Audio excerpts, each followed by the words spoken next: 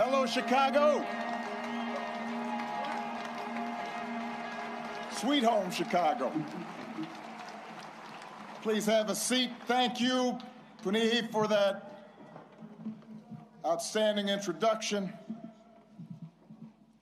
President and Mrs. Bush, President and Secretary Clinton, thank you for being with us today and for your devotion to our country.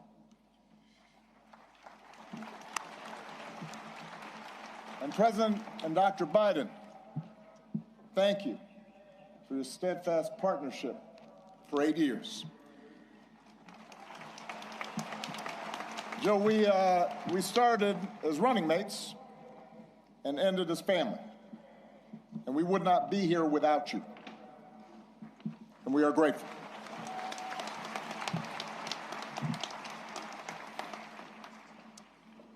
To our amazing foundation staff and our amazing board, to Governor Pritzker, Mayor Johnson, thank you for making this center possible. To congressional leaders and foreign dignitaries who've made the trip, I cherish our partnership together and all we got accomplished together. Thank you.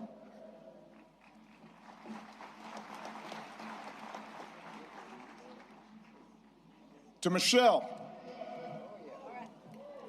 she did me wrong. She wouldn't let me see her speech. She knew she was going to mess me up, and she did it anyway. But she's always made me better. And I could not be more grateful. And to Sasha and Malia, what can I say? You mean everything to me. More than 40 years ago, on a late summer afternoon in 1985, I arrived here in Chicago, entering the city through the very spot where this center now stands. I can still picture myself heading down what was then Cornell Drive in a janky used car that I'd bought in New York, with all my worldly possessions stuffed in the trunk and the back seat, so I really couldn't see out of the rearview mirror, and I was a safety hazard. And I was 23 years old. I'd just been hired by a group of churches on the South Side to help organize a part of the city that had been battered by steel plant closings and chronic neglect. And I didn't have much organizing experience. Didn't know anybody in Chicago. But I had been inspired by the civil rights movement, and I knew I wanted to make a difference. And although I wasn't sure exactly how I was going to do that, I was possessed with this abiding faith that if we could give people more of a say in the forces that govern their lives, if we could bridge some of the differences that drove us apart, then we could build an America where everyone counts and everyone has a fair shot and everyone belongs. Even a mixed-race kid with a weird backstory and a name nobody could pronounce.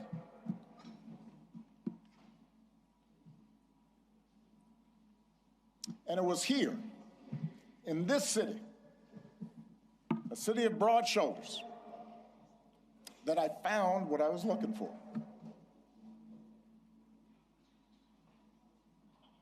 Day by day, block by block, I got to know the people who lived here, their hopes, their dreams, their tragedies and their triumphs. I witnessed their resilience in the face of hardship quiet heroism of a single mom raising her kids and sending them to college on a secretary's salary, or the priest electing to stay in the city and open his doors to at-risk youth, even as most of his flock had fled to the suburbs.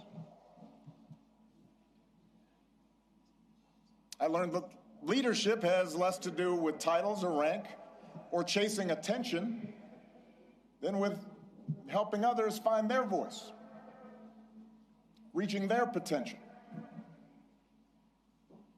and sitting around people's kitchen tables or on their back porches, spending time in church basements, in barbershops. I was reminded that everyone has a story to tell if you just care to listen. Sacred stories, full of courage and humor and grace, and that each of those stories in some way connected to my own. In other words, I found my purpose here, and I fortified my faith here, and I found my community here, friendships that would last a lifetime. And I found a girl from the South Side who has been my greatest blessing. Michelle and I, our wedding reception was over at South Shore Cultural Center. You could walk from here. Our daughters were born right down the street. This is where we bought our first home. This is where our kids took their first steps. This is where I launched my candidacy for the Illinois State Senate over at the Ramada Inn on Lakeshore Drive, serving pretzels and soda,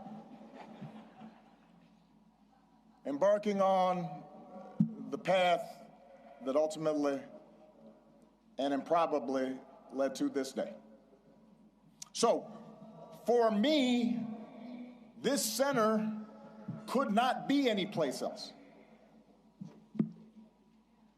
It's an expression of thanks, an acknowledgement that so much of what I hold most dear, I owe to the people of this city and the people of these surrounding neighborhoods.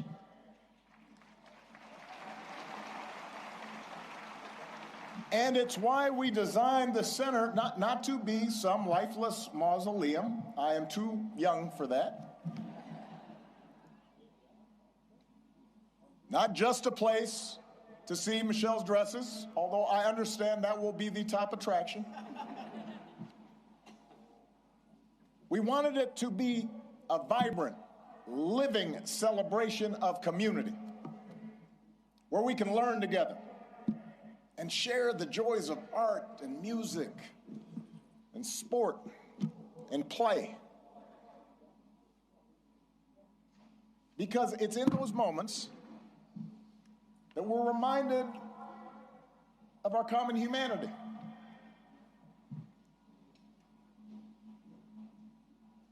And strengthen the bonds of trust that not only make our lives richer, but make our democracy stronger.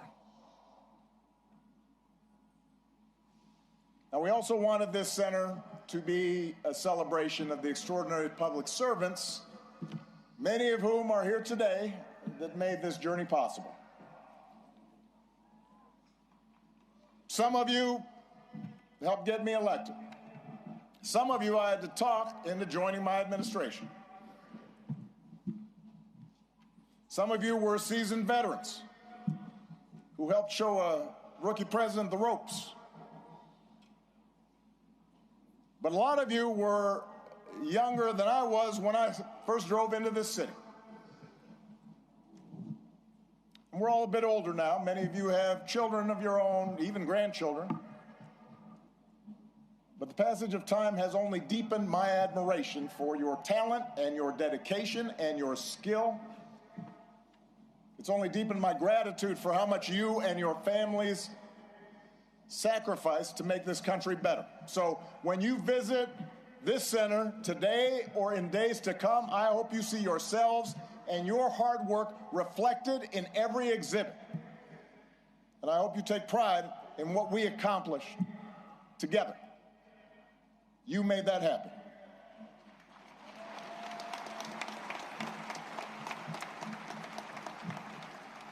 Now, of course, we did not accomplish everything we set out to do. No administration does.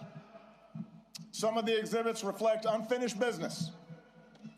In some cases, my own shortcomings and mistakes. In some cases, because, as a sign I kept on the Resolute desk read, hard things are hard. And that's especially true in a big, raucous, diverse, argumentative democracy like the United States of America. Everybody's got an opinion. And that means getting stuff done involves reconciling the demands of a couple of 100 million people. Democracy can be frustrating. It can be slow. It can be inefficient. And yet, more than anything, I hope this center will serve as an affirmation of just how special, how precious our democracy truly is, and remind us what we can achieve when we embrace our shared responsibilities as citizens.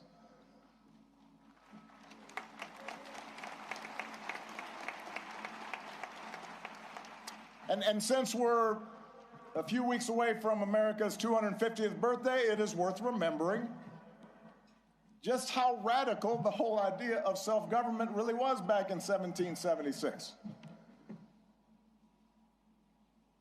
To that point, human history was a tale of conquest and caste and rigid hierarchies. A world where the strong dominated the weak, where power and wealth and status flowed through lineage, and the many were ruled by the few. But out of the fire and steel of a revolution, a different story took flight on this continent. A declaration that we are all created equal, endowed by our Creator with certain unalienable rights, and that in the newly independent United States, there will be no kings or lords, no serfs or subjects, but only citizens, each of us free to pursue our own version of happiness and able to determine our collective fate through an elected representative government. It had not been done. And because it hadn't been done before, the success of this experiment was never a given. In forming our union, the founders fell terribly short of the Declaration's promise, leaving slavery intact, allowing states to restrict the franchise to white men who own property. But in drafting a Constitution and a Bill of Rights, they did have the foresight, the genius, to provide us with a framework that allows each generation to make our union more perfect. And over more than 2 centuries, through petitions and protests, marches and strikes, moral appeals from the pulpit, and conversations at the family dinner table, men and women from all walks of life, of every color, every faith, every region, took up the cause of democracy and made it their own, until we, the people, came to include not just some of us, but all of us.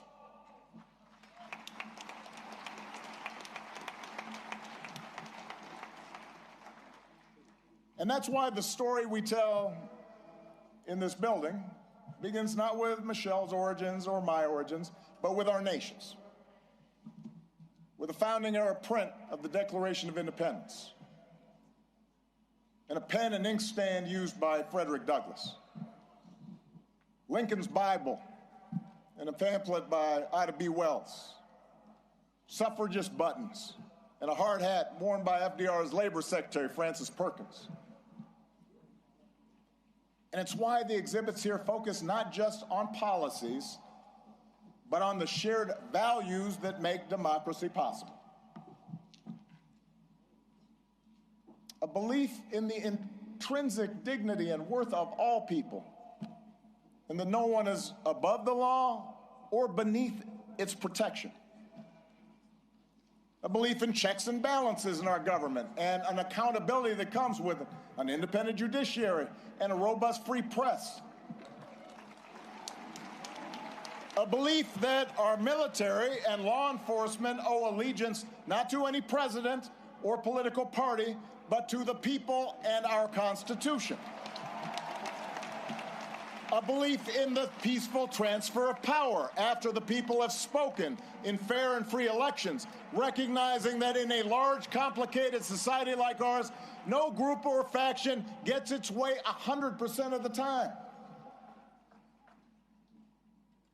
And a belief that qualities of character, honesty, integrity, kindness, compassion, a sense of duty and honor,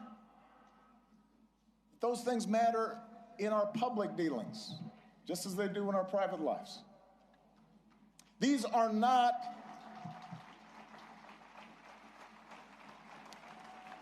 these are the values and traditions I believe in. And they are not Republican or Democratic values. They're American values we can all share, regardless of party.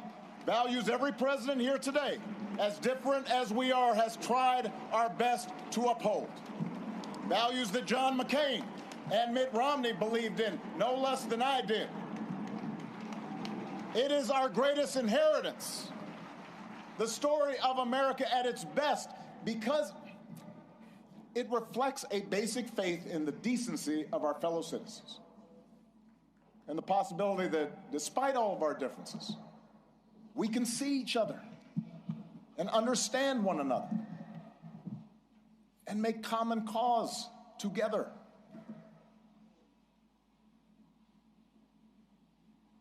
That's what I hope every visitor to this center takes away from their experience. And that's why if you come for a day and you don't have time to see everything, I would urge you to skip the clips of my speeches. You have heard them all before. In favor of the stories of those ordinary citizens who helped make that change happen. The cancer survivor who feared rising premiums would force her out of her home and was brave enough to speak out about it. She's why we pushed so hard for health care reform. The small business owner trying to keep the lights on. The teenage girl who told me she was worried her dad might lose his job in the auto crisis. They're why we focus so relentlessly on pulling our economy back from the Great Recession.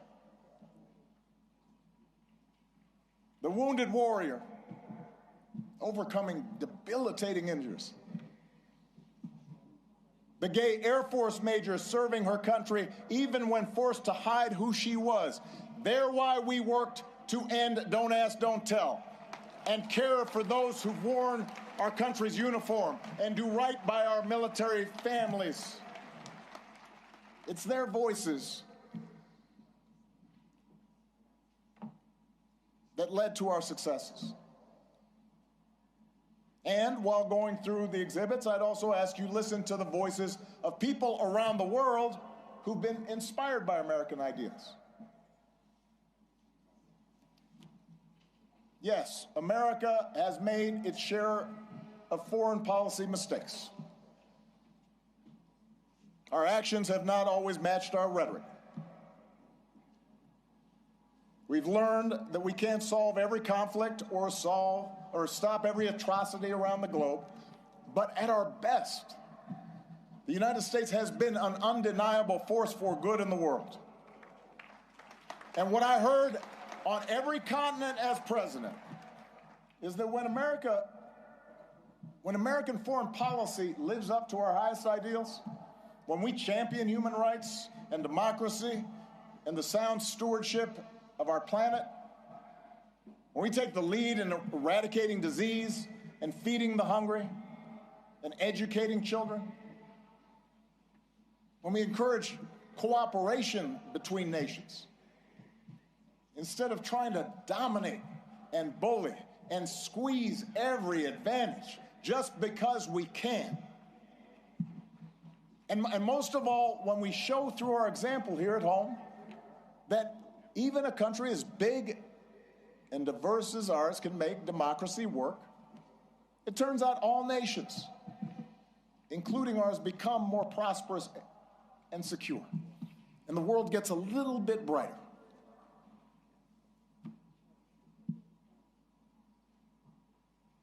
I recognize it's been almost a decade since I left office. In that time, we have lived through more war and a terrible pandemic, economic disruptions, mass protests, backlash against mass protests, political conflicts that have shaken the very foundation of our democracy. We've witnessed a technological revolution that promises remarkable discoveries, could revolutionize medicine, but is also accelerating inequality, that puts all the world's information in the palm of our hands, but somehow makes it harder for us to tell a truth from a lie, that connects us instantly like never before, even as it makes us more distrustful and more withdrawn and more fearful and more isolated from each other. It's a lot. For millions of people in this country and around the world, the future feels uncertain, the ground unstable beneath our feet. And as algorithms keep feeding us a steady stream of distraction and outrage, as only the loudest, most extreme voices get attention, fanning our prejudices, appealing to our basest, most tribal instincts, it's tempting to give in to cynicism and even despair, to stop trying. We start thinking that appeals to democracy and civic participation are corny and old-fashioned and boring and naive. That the very idea of working on behalf of the common good is a sucker's bet. And that in order for us to win, somebody else has got to lose. I get it. I am not immune to anger or doubt. But I do know this. When we lose faith in each other, when we stop believing that voting matters, that citizenship matters, that our collective voices matter, that how we treat each other no longer matters, then we give away our power to decide our own futures. We open the door to the most ruthless, or the most careless, or the most fearful among us, who see some groups and some people as more equal than others, and see government as nothing more than a way to divvy up the spoils and punish enemies and keep those who are different in their place.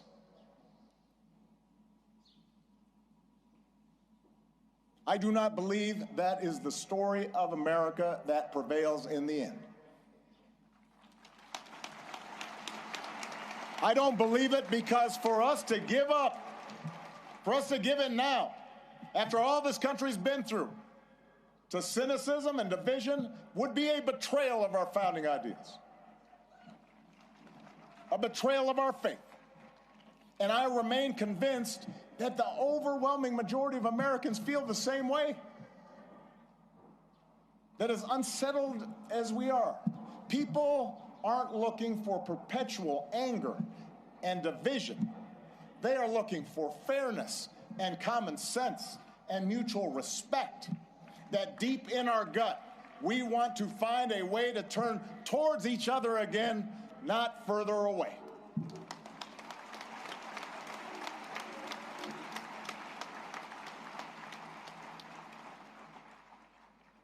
I believe this because I've seen it all across our country. In cities that have worked together to reclaim their streets from crime, in rural communities that have rebuilt their economy, in businesses that are finding new ways to make housing affordable, in those ordinary people in the Twin Cities who brave frigid temperatures, risk their own safety, standing shoulder to shoulder to look out for their neighbors and sometimes look out for strangers because they knew that was the right thing to do. I've seen it.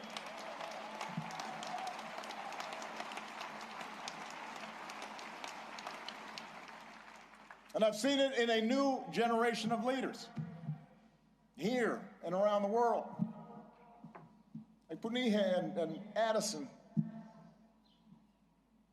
Leaders who are determined to make our governments and our economies and our societies work for everyone.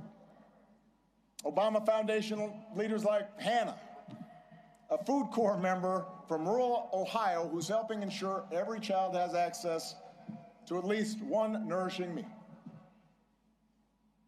Or George, an entrepreneur whose nonprofit helps get unused, unexpired medicine, often at no cost, to people who need it. Or Zuzana, a human rights lawyer in Poland, who's won more than 30 landmark cases. There are thousands, tens of thousands, hundreds of thousands of these young people out there making a difference right now. And this center is devoted to lifting up their stories, giving them the tools and support they need to expand their impact. For while our work is nonpartisan, we are not values neutral. We have a point of view.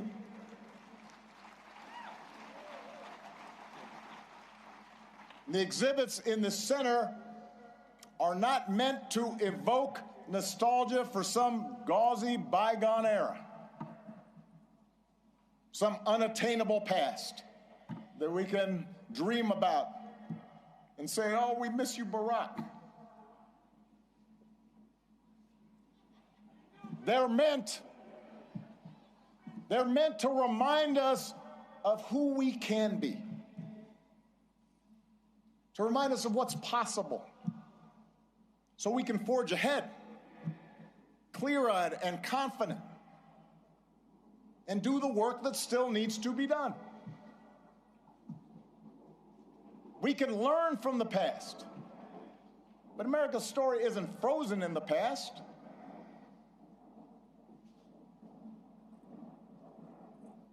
It has chapters yet to be written, not by one person or a few people, not by Barack and Michelle, or anybody with a fancy title or a high office, but by all of us. You know, one of the things a lot of presidential libraries now have in common is a replica of the Oval Office. And if you take a peek at the one inside this building, you will see some objects that carried some special meaning for me during the time that I was in office. There's a program that a friend from the South Side gave me that he had retrieved from the 1963 March on Washington. He was there. There's a Norman Rockwell painting of the Statue of Liberty with workers hanging on ropes, burnishing the torch she holds aloft. And on the rug, you'll read words from some of America's greatest leaders, including a quote that inspired that arch that you see right there at the south end of the plaza by Martin Puryear. The arc of the moral universe is long, but it bends towards justice. And it's a quote that was often invoked by Dr. Martin Luther King Jr., but it originally comes from a Boston minister's sermon more than 170 years ago. And at the time, the abolitionist cause seemed lost. The Compromise of 1850 had made harboring fugitive slaves a crime under federal law, even in those states that had abolished slavery. And in a case that garnered national attention, a young fugitive in Boston had been seized and tried and marched to the wharf by hundreds of armed officers, where he was summarily put on a ship bound for the South, where he would remain in shackles and chains. And it was a moment of profound uncertainty and despair. A moment the minister called darker than any New England had witnessed. We do not see, Reverend Theodore Parker observed, that justice is always done on earth. Many a knave is rich, sleek, and honored, while the just man is poor, hated, and in torment.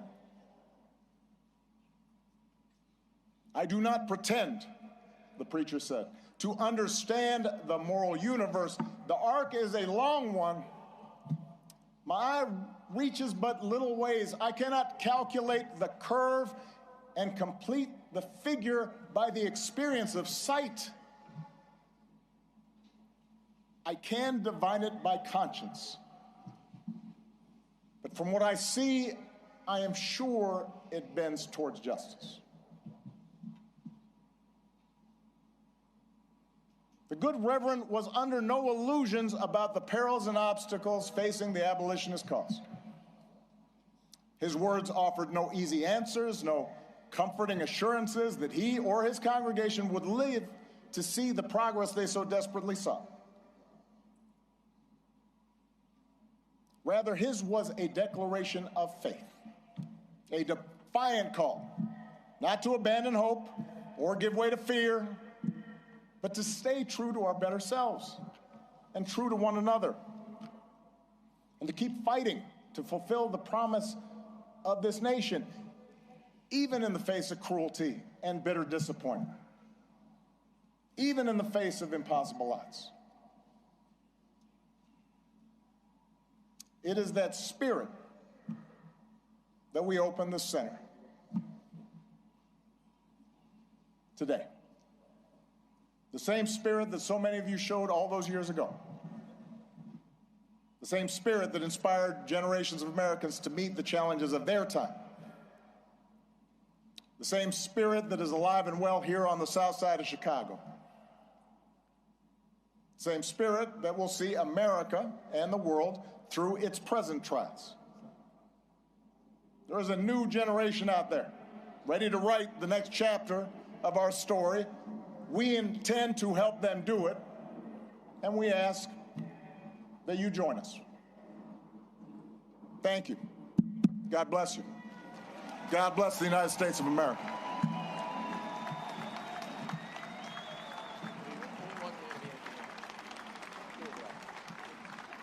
Heads up, Win.